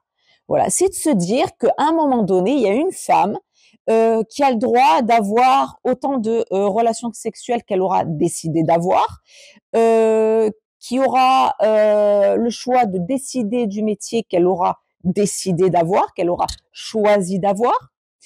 Une femme qui aura décidé d'avoir un époux ou conjointe ou peu importe, en tout cas un compagnon de vie ou pas, qui aura le choix ou pas de donner la vie, ok, c'est son corps, voilà, c'est pas comme je vous avais dit dans une vidéo ou peut-être qu'elle est même pas sortie, je ne sais plus, le schéma à l'américaine, femme, mari, fils, fille et chien. Voilà, c'est pas ça, non. Mais il y en a pour qui ça fait rêver encore ce schéma-là. Et c'est pas d'être rétrograde ou être reformé dans un système patriarcal, etc., etc. Ça marchait il y a quelques années. Je pense qu'aujourd'hui, ce sujet peut être un petit peu radouci, c'est-à-dire qu'on a bien compris aujourd'hui, nous les femmes, qu'on pouvait écraser les balls des mecs quand on voulait, que les mecs ne servaient à rien, etc., etc. Vous aurez compris évidemment mon ironie parce que je ne suis pas du tout d'accord avec ça. Moi, je pense très clairement que déjà chaque femme est libre de son corps, donc de faire ce qu'elle veut avec son corps, est libre de faire ce qu'elle veut intellectuellement, c'est-à-dire professionnellement, et de créer la famille qu'elle veut, voilà, ou pas. Et pour moi, être féministe, c'est ça, c'est-à-dire qu'avant, vraiment avant, seuls les hommes avaient le droit de travailler, avaient le droit de vote, avaient le droit de participer à des conversations politiques ou des conversations sociétales, etc., dans des clubs privés, etc. Aujourd'hui, les femmes aussi ont le droit de voter, ont le droit de conduire, ont le droit d'aller travailler, ont le droit de dire non si elles ne veulent pas tomber enceintes, etc., etc. Pour moi, être féministe, c'est ça. C'est d'accepter l'évolution tout à fait normale et logique, c'est-à-dire d'une égalité, on va dire, entre les hommes et les femmes pour tout ce qui fait la vie. Ça, c'est pour moi évident, mais évident. Tu n'imposes pas à une femme de rester à la maison si elle n'a pas envie. Tu n'imposes pas à une femme de te pondre 6 enfants si elle n'en a pas envie. Tu n'imposes pas à une femme de ne pas aller travailler ni de donner ses opinions politiques, sociétales ou autres, etc., etc. Et l'homme, oui. Et tu n'imposes pas à une femme d'avoir un seul et même amant toute sa vie, sauf si c'est son choix. Mais si elle a décidé d'avoir plusieurs autres amants, par exemple, qu'est-ce que ça peut vous foutre? Quel est le problème? Voilà, on est toujours là dans un petit délire où l'homme, c'est toujours très valorisant de dire qu'il a plein de conquêtes et une femme qui a plein de conquêtes, ben c'est une voilà. Donc là, moi, je suis pas du tout d'accord avec ça, bien qu'il y ait une petite différence psychologique et c'est, je pense, pour ça que cette problématique au niveau du sexe chez les hommes et chez les femmes subsiste. Ça, c'est plus un côté psy. On rentrera dans les détails dans une autre vidéo si vous voulez, mais je pense que c'est pour ça que ça subsiste. Mais en revanche, tout ce qui fait les autres pans de la vie, et moi je suis féministe pour ça, les femmes, pour moi, ont le droit de tout. Voilà. Et même de rester au foyer et de s'occuper de leur famille ou pas, mais de rester au foyer en tout cas. Et c'est ce que Blanche-Neige démontre dans le dessin animé, quand on la voit arriver chez les sept nains et qu'elle fait le ménage, qu'elle prépare à manger, un peu comme une maman qui s'occuperait de ses enfants, etc. En même temps, j'ai envie de vous dire, elle arrive dans une maison qui n'est pas chez elle, elle prend ses aises, elle graille, elle dort un petit peu. Donc, tant qu'à faire, on va un petit peu aider l'habitant, on va lui faire un petit peu le ménage. C'est en gros, je suis venue chez toi, mais en gros, je t'ai arrangé un petit peu ta maison. Pour moi, c'était un petit peu une espèce de politesse, un petit peu, si vous voyez. Je le voyais pas que dans le sens où ben, c'est la femme au foyer qui siffle en travaillant et qui fait des petites tartes aux pommes. Non, non, non. C'est aussi le fait ben, que on t'accueille dans un endroit qui n'est pas chez toi et que ben, quand même, par politesse et par reconnaissance, ben, tu fais un peu du labeur toi aussi, parce que d'être femme au foyer, c'est pas rien foutre en fait. Faut aussi remettre les choses à leur place. Être femme au foyer et s'occuper de ses enfants, tu travailles H24. À la différence de quelqu'un qui va à l'extérieur travailler et qui ensuite ferme la porte de son travail, le travail est terminé. La femme au foyer, elle, c'est tout le temps. Elle n'a pas le moment où elle ferme la porte et le travail est terminé. Non, non, non. Donc voilà, tout ça, tous ces discours à la con me dérangent très fortement. Donc c'est pour ça que quand j'entends cette petite Rachel Ziegler, ce petit Tyrion Lannister parler, tout ça me dérange très très fortement parce qu'il y a des paradoxes énormes. Tout ça ne veut rien dire. Et si tu veux être féministe, ma petite Rachel, sois-le intelligemment, c'est-à-dire accepte aussi qu'il y a des femmes pour qui rencontrer le prince charmant, rencontrer l'amour, euh, c'est important. Voilà. De s'imaginer une vie avec un homme, c'est important. Euh, D'être au foyer, de s'occuper de son foyer, c'est important. Voilà. De rendre les gens qui font partie de ton foyer, de les rendre heureux par ton investissement dans la maison, dans la nourriture que tu vas préparer, tout ça, c'est important. Il faut pas oublier ça. Voilà, c'est pas parce qu'aujourd'hui les femmes ont tous les droits, comme tous les hommes, et ce qui est tout à fait normal, euh, qu'il faut aussi oublier qu'il y a des femmes pour qui ce schéma-là compte, et c'est ce qu'elles ont envie d'être. Et c'est pas parce qu'elles sont dans un diktat patriarcal. Je pense qu'aujourd'hui chacun est libre de penser. On entend assez de choses, on est assez informé, et justement on éduque nos enfants, chère petite Rachel, on éduque nos enfants, hein, ne crois pas ça. Je pense qu'aujourd'hui, chacun est libre de choisir son chemin dans la vie. Mais vraiment, mais réellement. On peut même choisir d'être nomade, par exemple, vous voyez. Voilà. Et d'être complètement à contre-courant de la société, par exemple. À vouloir faire le tour du monde à pied. Il y a des gens, j'ai vu des témoignages comme ça de gens qui sont partis, qui ont fait le tour du monde à pied, qui ont rencontré des gens, qui ont dormi chez l'habitant, qui ont découvert des cultures différentes, etc., qui se sont nourris par leurs expériences de différents pays, etc. Là, je m'égare, mais bref, tout ça pour dire qu'il y a des tas et des tas de probas, encore une fois, de destin. Et si tu veux être féministe, sois-le, mais réellement. Voilà. Ne dis pas juste les mecs c'est de la merde, on n'en a pas besoin, on est forte, on sait se débrouiller. Bien sûr que tu sais te débrouiller. À quel moment on a dit qu'une femme ne savait pas se débrouiller? Mais une femme est le complément de l'homme et l'homme est le complément de la femme. Ça aussi quand même, faut pas l'oublier. Voilà, faut arrêter de dire que les hommes c'est de la merde et qu'on les réduit à de la merde. Non, Un homme, c'est un homme, bordel.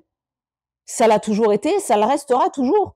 Comme une femme, je le concède, a été mise à l'écart, rétrogradée à une bonne période de la vie antérieure, je vous l'accorde, mais une femme reste une femme, avec ses qualités, ses défauts, tout comme un homme.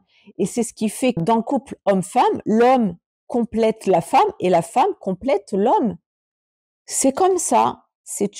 Personne peut le changer. C'est comme ça. C'est scientifique, c'est chimique, c'est biologique, c'est comme ça. Donc arrêtons, arrêtons. Vous voulez être féministe, soyez-le, mais alors soyez-le jusqu'au bout. C'est-à-dire que dans ce cas-là, acceptez aussi les femmes qui veulent vivre comme jadis, par exemple.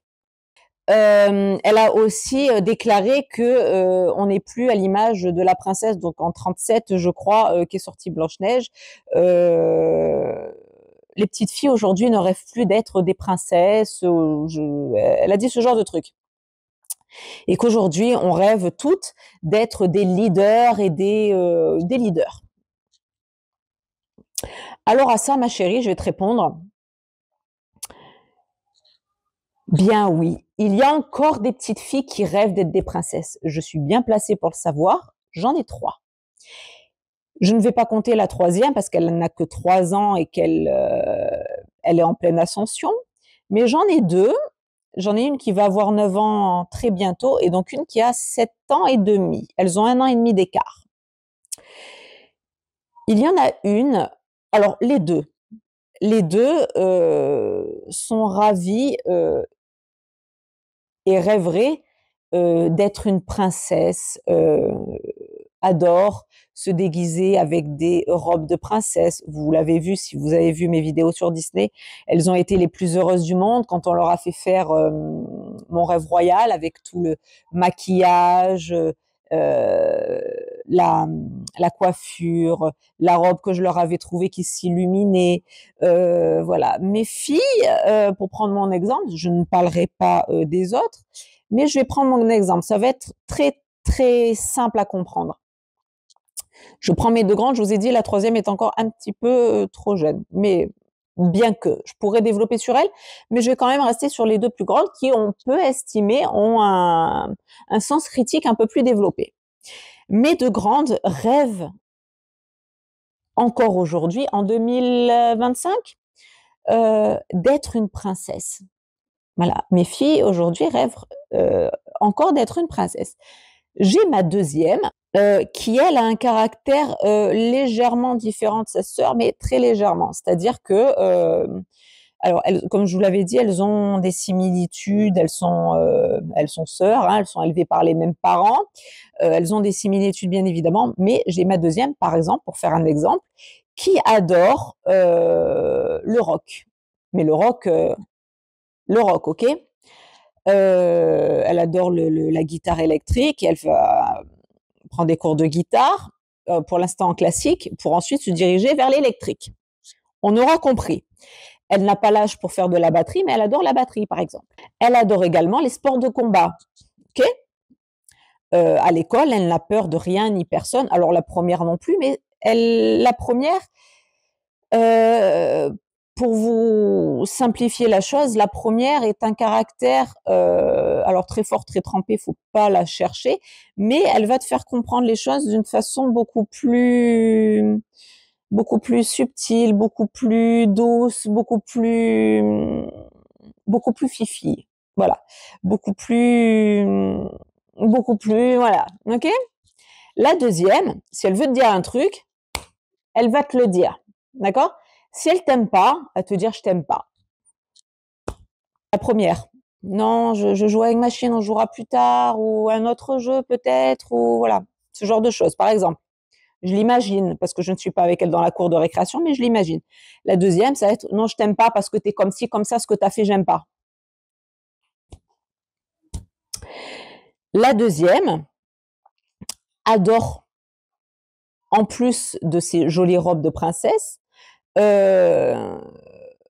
aller avec son père qui est fan, qui est un geek, d'accord, et qui a fait découvrir tout l'univers Marvel et les super-héros, donc aller avec son père parce que ça c'est le la niche de son père et je laisse ça à mon mari, c'est son kiff et je n'interviendrai pas là-dessus, même si moi aussi je suis fan de Marvel et des super-héros. Mais ma fille, par exemple, quand elle veut des cosplays ou des petites choses comme ça, je la laisse aller avec son père. Et là, c'est pas pour une histoire de le père, il fait le truc de combat et la mère, elle est avec les papillons et les robes. Ne me faites pas le délire. Je parle pas de ceux de ma commu qui me connaissent, mais ceux les abrutis qui passeraient par là. Voilà, mon mari qui a sa petite niche à lui, je lui laisse et ma fille va quelquefois pour des jouets, par exemple, quand on va dans des médiévales, des choses comme ça, elle adore aller se chercher une épée, comment on appelle ça, un bouclier, se chercher des cosplays de guerrières, se mettre des trucs. Un jour, elle est revenue, elle s'est fait un truc à la Rambo, là, genre euh, Karate Kid. Voilà, elle a adoré. On lui a montré aussi le film Kickboxer avec Jean-Claude Van Damme. Je pourrais vous faire la review dessus, j'adore. Voilà, ma deuxième a cet esprit un peu plus justement leader, femme, comment dire, forte. Au premier abord, on pourrait le voir comme ça, parce que ma première, je peux vous assurer que malgré le fait qu'elle soit un peu plus douce, un peu plus voilà, je peux vous assurer qu'il faut pas la gonfler non plus quoi. C'est-à-dire qu'elle va vous faire passer le message mais différemment. Donc chère Rachel, si tu passes par là, ce qui ne sera pas le cas, je t'informe qu'aujourd'hui nous avons encore des filles, des jeunes filles qui rêvent d'être princesses, mais ça ne les empêche pas d'avoir aussi leur propre caractère, de le matérialiser différemment, d'avoir une poigne et un verbe à l'égal d'un petit garçon, par exemple, qui n'aurait peur de rien. Allons-y, puisqu'on est dans les clichés. Vu que les garçons ont peur de rien et les filles ont peur de tout, non, non, non, non. On a des garçons qui ont peur de tout, des filles qui ont peur de rien, des garçons qui ont peur de rien, des filles qui ont peur de tout, des garçons qui ont... Enfin, vous voyez, les probas, on va pas... OK. Donc, arrêtons les stéréotypes à la con et arrêtons d'être dans des caricatures patriarcales aujourd'hui. Oui, nous avons des petites filles qui rêvent encore d'être des princesses. Oui, nous avons des petites filles qui rêvent d'être leaders. Et oui, nous avons des petites filles qui rêvent à la fois d'être l'une et l'autre. Voilà, et ça change rien au problème. Et donc, elle a sorti, avec tout ce que je vous ai dit, une phrase qui disait que le prince ne servait à rien, qu'en gros, on pouvait s'en moquer complètement, qu'on pouvait même le couper au montage, qu'il n'avait aucun intérêt à être là, qu'il ne servait à rien. Donc, vous voyez, comme cette jeune fille défend la cause des femmes à son image à elle, hein, elle a 20 ans, elle n'est pas encore finie là-haut non plus, elle sait pas trop ce qu'elle dit, elle n'a pas la maturité, ni l'expérience, ni le recul nécessaire de savoir parler aux médias, ça je l'en excuse tout à fait. Mais quand on a ce genre de discours, ça me rappelle l'effet inverse, c'est-à-dire de dire que une femme ne sert à rien, qu'on peut la couper au montage, qu'en gros elle sert à rien, etc. Vous voyez, on en arrive à vraiment une caricature de ce patriarcat euh, et en fait où l'homme est vraiment réduit à une grosse merde en fait, pour être très clair et très cru, puisqu'en fait c'est ce que tout le monde veut nous faire voir, c'est ce que tout le monde veut nous faire montrer, enfin, c'est ce que tout le monde nous montre, c'est ce qu'on veut nous faire croire, etc., etc. Alors moi, je n'ai pas de fils. Je pense que je prendrais la chose assez mal si j'avais des petits garçons. Alors, je les éduquerai autant que ce que j'élève mes propres filles, c'est-à-dire dans le respect d'autrui, de chacun, des jeunes filles éventuellement, si c'est là leur direction, de respecter la femme, etc., dans tout son être, ok, de respecter son prochain, tout simplement, en fait, que ce soit homme ou femme. Voilà, j'aurais exactement la même implication pour un petit garçon que pour une petite fille. Et je trouve que de la bouche d'une femme qui dit qui dit ce qu'elle a dit en fait, qu'un homme peut être réduit à rien, je trouve ça tout aussi grave que les discours d'antan qu'on pouvait entendre sur les femmes, justement. Et ça n'est pas bien de faire ça parce que ça n'est pas en se vengeant plus ou moins de ce qui a été fait avant par des esprits étriqués qu'on va réussir à avancer. Donc je pense qu'il vaudrait mieux que tout le monde se pose, souffle un petit coup, réfléchisse, soit intelligent, c'est pas gagné. Et que en fait tout le monde se dise que tu es un homme, tu es une femme, je suis un homme, je suis une femme, on est pareil, on a des différences, on a des points de discorde, on a des points de similitude, peu importe, on est pareil, on est né hommes et femmes sur cette terre et on est pareil, c'est tout. Voilà. Et c'est pas parce qu'on va faire un film sur une héroïne qui va sauver le monde que Superman n'a plus sa place, par exemple.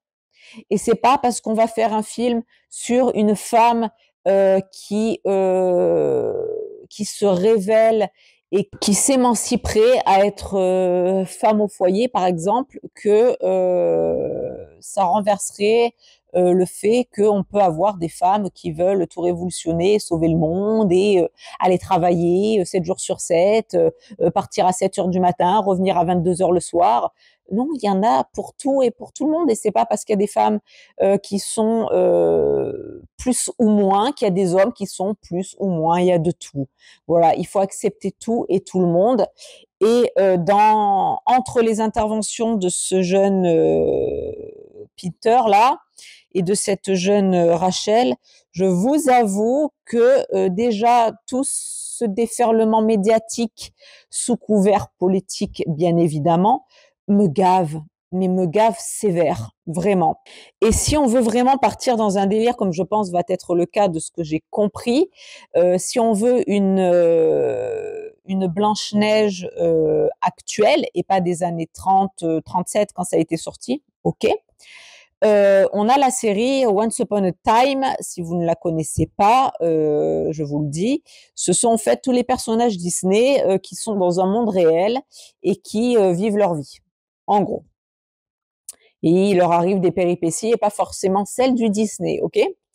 Et nous avons dans cette série l'entité Blanche-Neige.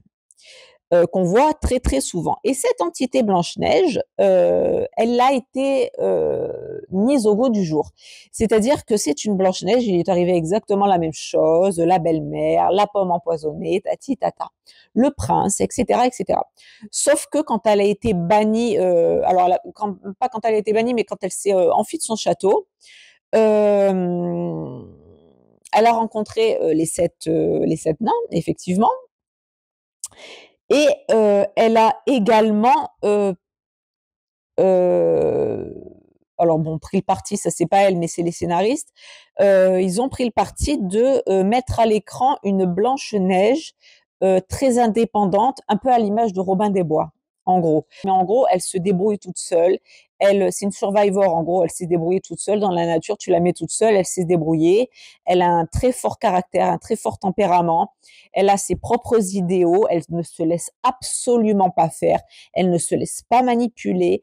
Elle tient tête à la reine, donc à sa belle-mère, etc., etc. Et nous voyons également dans la série que le prince charmant est là.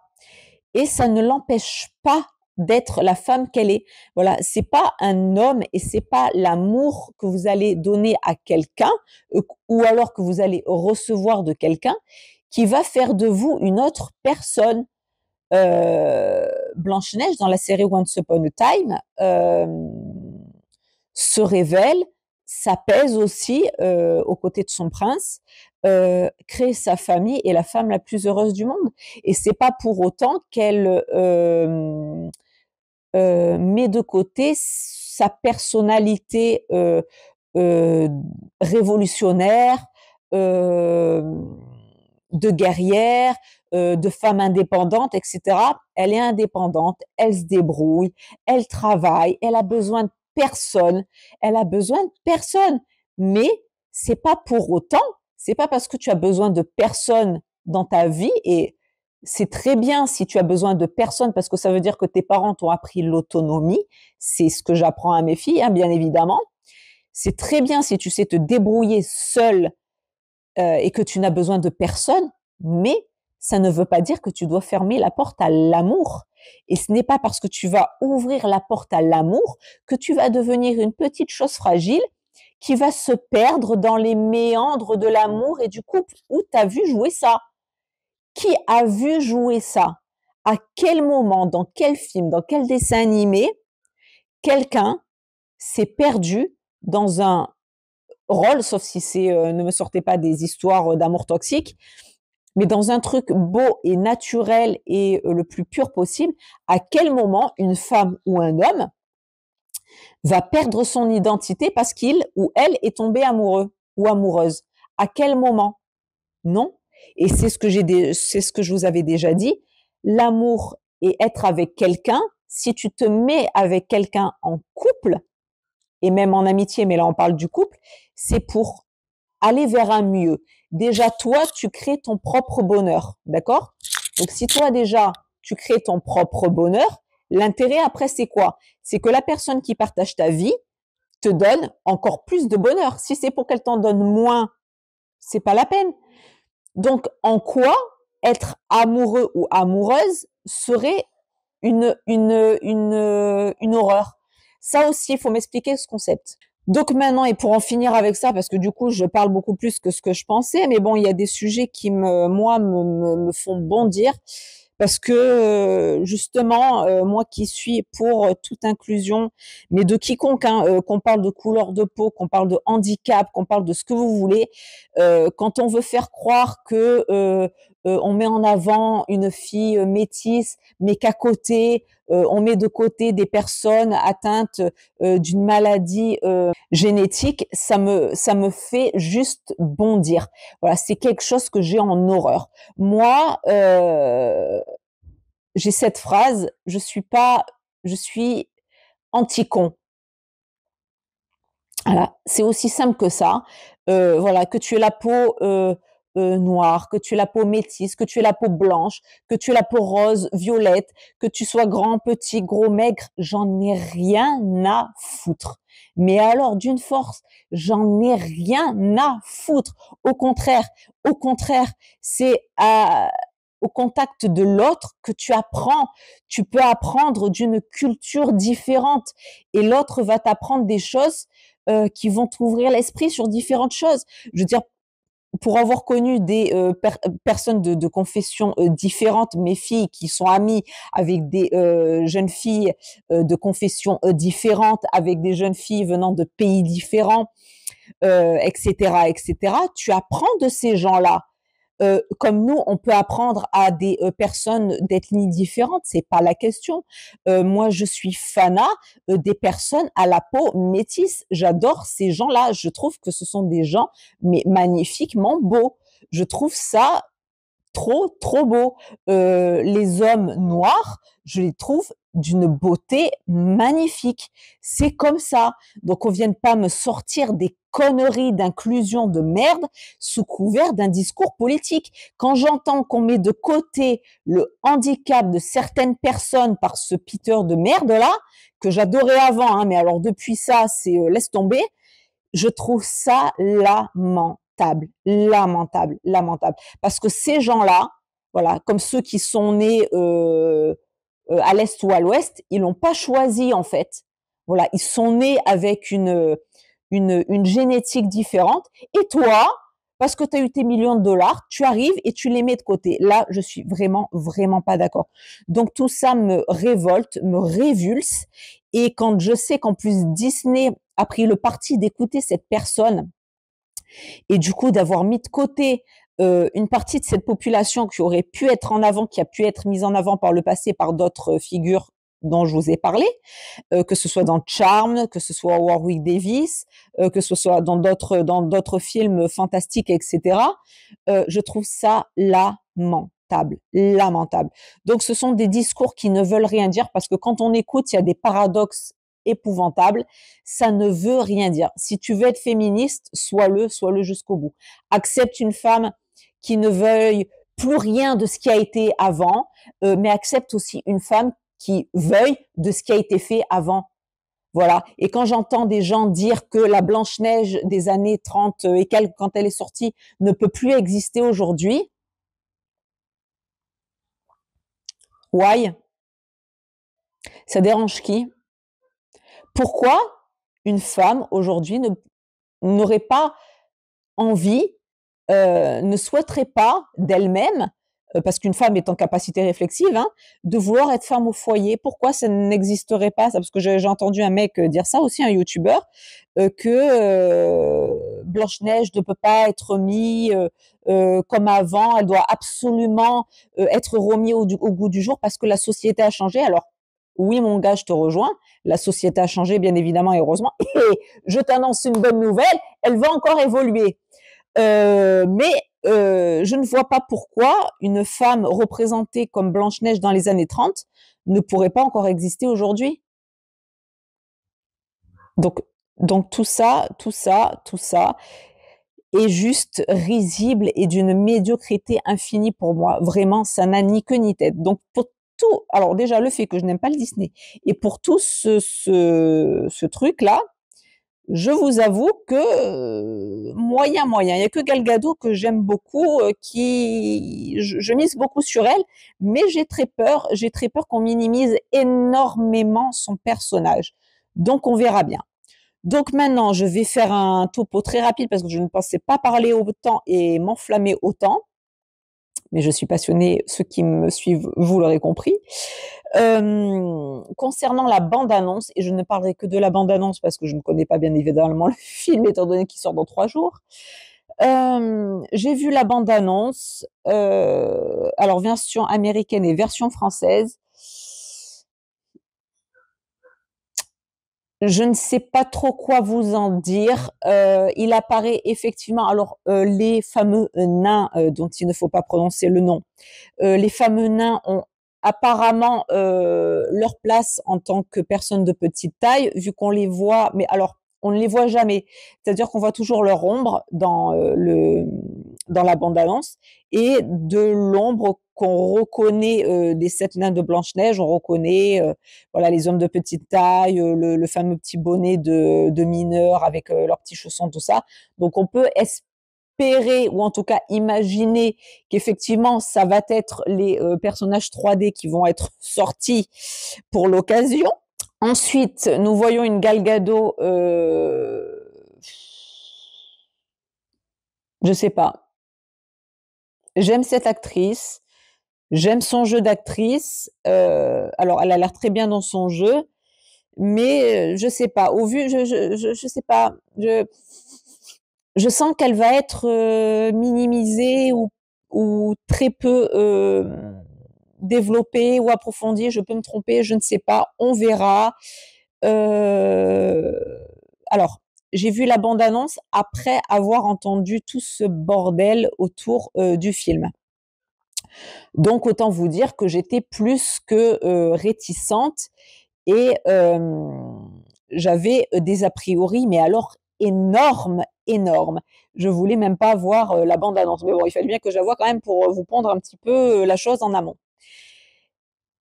Eh bien, il se trouve que pour la bande-annonce, qu'elle soit en version américaine ou en version française, j'ai été surprise de la bande-annonce. Ça a été une bonne surprise.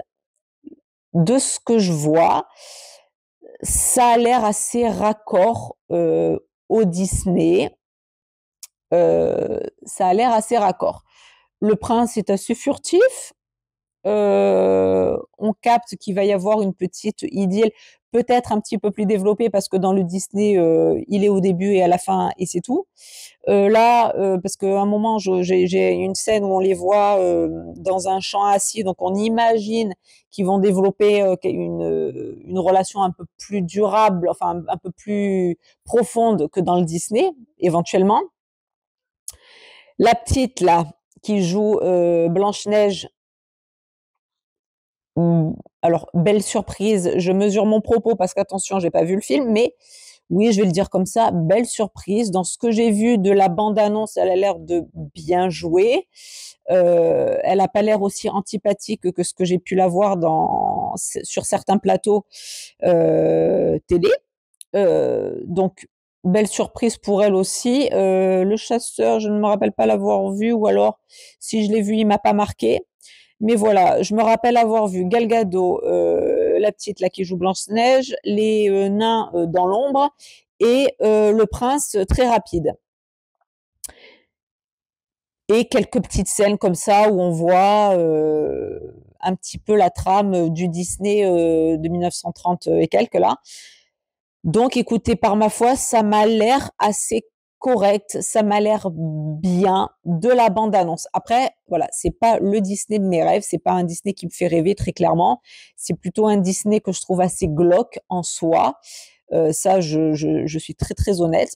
J'avoue que ce Disney m'intrigue parce que avec tout ce qui a été dit, alors soit, et de toute façon c'est le cas parce que c'est de la mauvaise pub pour faire de la pub en gros, donc j'attends vraiment de voir le film pour me faire un avis vraiment tranché sur la question.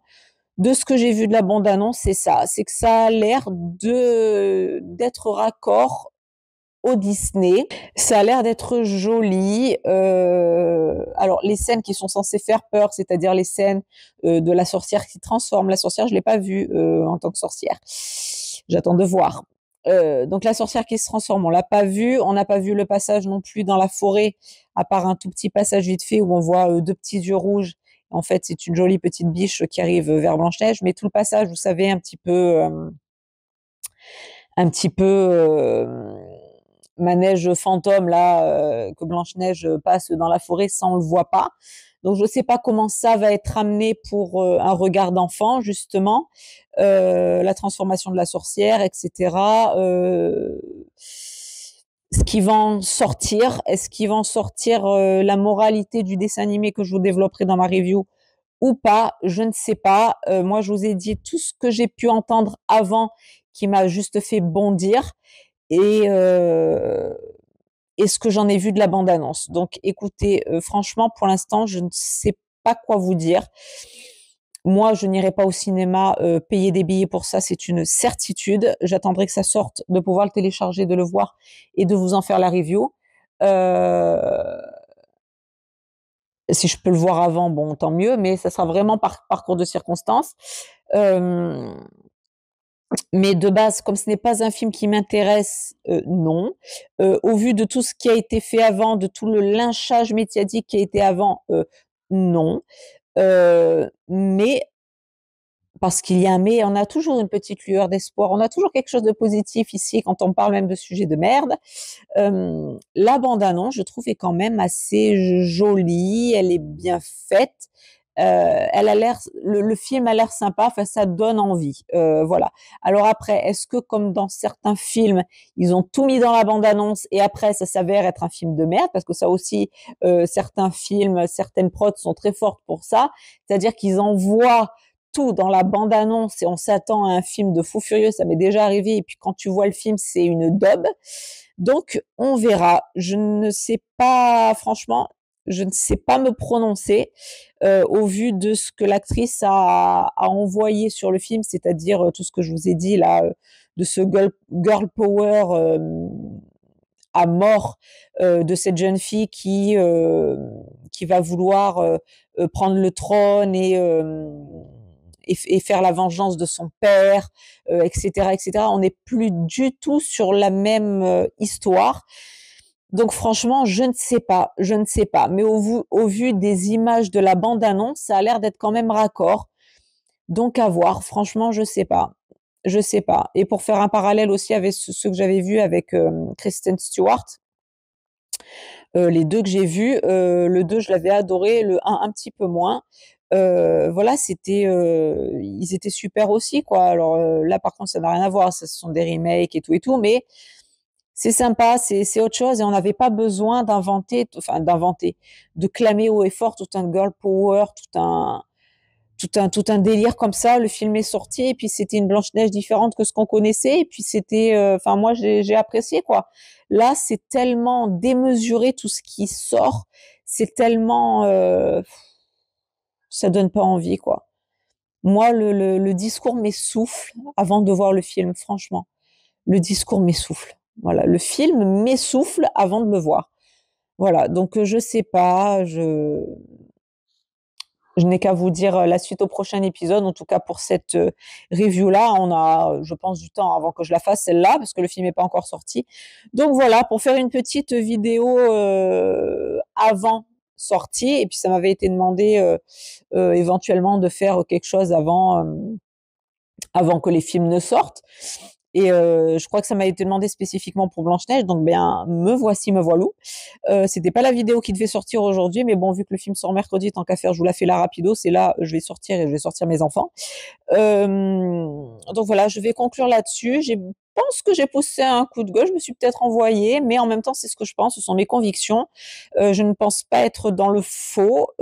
Après, chacun a sa réalité, chacun a ses convictions, chacun a sa vérité. Mais je pense qu'on en fait beaucoup trop et qu'on tombe dans une caricature grotesque de la société, vraiment, vraiment. Voilà, foutez la paix aux gens. Voilà, laissez-les être qui ils ont envie d'être et laissez-les rêver euh, aux personnages sur lesquels ils veulent s'identifier. Voilà, laissez rêver les petits garçons, laissez rêver les petites filles. Arrêtez de foutre votre bordel au milieu, putain. Laissez-les rêver. Laissez-les rêver. Est-ce qu'on m'empêchait de rêver, moi, quand j'étais jeune? Ça m'empêchait d'être une femme aujourd'hui, d'avoir envie un jour de choisir. J'ai eu une période femme au foyer. Aujourd'hui, ma période où je reprends le travail, etc. Qu'est-ce que ça peut faire? On n'a pas besoin des gens pour s'éduquer. On s'éduque seul. C'est bien si on a des parents qui nous éduquent, évidemment, mais on n'est pas tous logés à la même enseigne. Et pour ceux qui se font tout seuls, c'est pas un film qui va révolutionner le monde, quoi. C'est nos expériences de vie. C'est nos expériences de vie. Alors c'est bien évidemment, de développer la femme dans toute sa splendeur. C'est bien de développer, de mettre le handicap, comme l'a fait Artus par exemple, parce que ce film me revient aussi dans un certain film, etc. Et il n'y a pas que lui, hein, c'est pas le seul, mais disons que c'est le plus récent et il y a d'autres films qu'on pourra développer ensemble. Mais voilà, sur la différence, les gars, vous n'êtes pas novateurs, hein, il y en a eu d'autres avant vous, donc arrêtons, soyons les femmes et les hommes que nous voulons être et laissez nos enfants rêver, s'il vous plaît. Laissez-les rêver. Et si vous avez des complexes de femmes inférieures, allez courir, allez boxer, mesurez-vous à un mec et foutez-nous la paix. Et les mecs, pareil. Enfin, je veux dire, c'est à un moment donné, c'est risible, quoi. C'est tellement ridicule, c'est ridicule. Voilà. Laissez les petites filles, celles qui ont envie d'être des princesses, eh ben, laissez-les être des princesses si c'est ce qu'elles ont envie d'être. Voilà. Si elles ont envie d'être des petites sirènes, laissez-les être des petites sirènes. Si elles ont envie d'être des princesses, laissez-les être des princesses. Voilà. Et si elles ont envie d'être des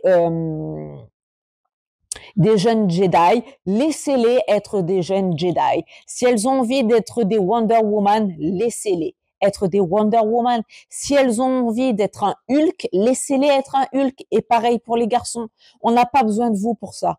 Voilà. Et arrêtez de nous dégommer tous les films qu'on a connus dans l'enfance, qui ne sont pas des remakes, qui sont censés représenter l'œuvre originale. Arrêtez de toucher à ça. Arrêtez. Ou alors faites carrément un autre film. Vraiment. Donc, on va s'en arrêter là. Pour tout ça, j'ai envoyé ma sauce. Je pensais pas en envoyer autant. Et pour la bande-annonce, de ce que je peux en dire, malgré le fait que je n'aime pas du tout le dessin animé, et avec tout ce qui en a été dit autour de ce film, la bande-annonce pour moi a été une belle surprise. Ça a été quand même, ouais, une belle surprise, je vais le dire comme ça, parce que n'aimant pas le dessin animé et exécrant tout ce qui a été dit sur le film, tout ce qui a voulu être colporté, les messages qui ont voulu être colportés, etc. Tout ça m'a mis en horreur, donc j'avais des a priori de malade mental. Mais étant une personne réflexive, ouverte d'esprit, j'ai regardé la bande-annonce et moi qui ai toujours un discours neutre, malgré ce que je peux penser, ce que je peux entendre, etc., je me fais ensuite mon propre avis et il est pour l'instant là et il s'en arrêtera là parce que le film n'est pas sorti. La bande-annonce est une bonne surprise, ça a l'air cool, sympa, ça a l'air de cadrer à l'œuvre. Heu, Ça a l'air assez bucolique à certains moments. Ça a l'air à la portée des enfants, on verra. J'espère que le message qui est censé être colporté par Disney, au moment où il est sorti dans les années 30 restera le même message quand même, parce qu'il est quand même très important pour les enfants. On en parlera dans la review. Donc on verra. À vous de vous faire vos avis. Dites-moi si vous êtes d'accord ou pas avec moi, avec tout ce que j'ai pu développer. Et puis, et si vous allez le voir au cinéma, dites-moi ce que vous en avez pensé. Ne me spoilez pas. Ne me spoilez pas, essayez de pas me spoiler, dites-moi si vous êtes allés, voilà, si c'était bien, pas bien, et cetera. Et moi, je vous ferai ensuite ma review, quand, le moment sera venu, quand je l'aurai vu. Et voilà, je vais m'en arrêter là. Donc, faites-vous votre avis, surtout, faites-vous toujours votre avis. Moi, ça a été l'occasion, voilà, on me l'a demandé, pourquoi pas? C'est sympa, ça va sortir. Pourquoi pas faire une petite vidéo de là-dessus? En même temps, ça m'aura permis de pousser mon petit coup de gueule parce que je vous avoue que c'est assez pénible d'entendre tous ces ramassés de conneries. Donc voilà, de remettre un petit peu les choses dans l'ordre sans en oublier l'essence, hein, évidemment.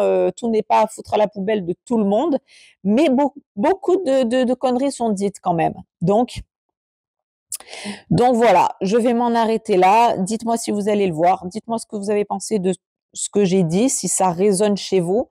Si vous aussi, vous en avez marre et vous commencez à plus trop vous reconnaître et que la société devient vraiment une caricature et pas forcément la réalité de la chose. Voilà, j'attends comme d'habitude tous vos commentaires en commentaire. Heu et quant à moi, je vais m'en arrêter là. Si ça n'est pas déjà fait, bien évidemment, n'hésitez pas à vous abonner à la chaîne si ça vous aura plu évidemment. Tous ceux qui sont, avec moi, ma petite team là, mes petits copains sur la toile, n'hésitez pas aussi à partager, les vidéos, à les faire connaître, à votre entourage. Ça me donnera de la force. Il peut y avoir, des personnes qui auront peut-être l'envie de s'abonner. On grandit ensemble les gars, faisons grandir la communauté ensemble. Et voilà, donc quant à moi, je vais m'en arrêter là. J'espère que ça vous aura plu. C'est une vidéo un petit peu différente de ce que j'ai l'habitude de faire. Pourquoi pas? Donc, jusqu'à la prochaine, je vous fais à tous de très très gros bisous. Prenez tous soin de vous, soyez heureux. Et je vous dis à très bientôt pour une prochaine vidéo. Gros bisous à tous, bye bye!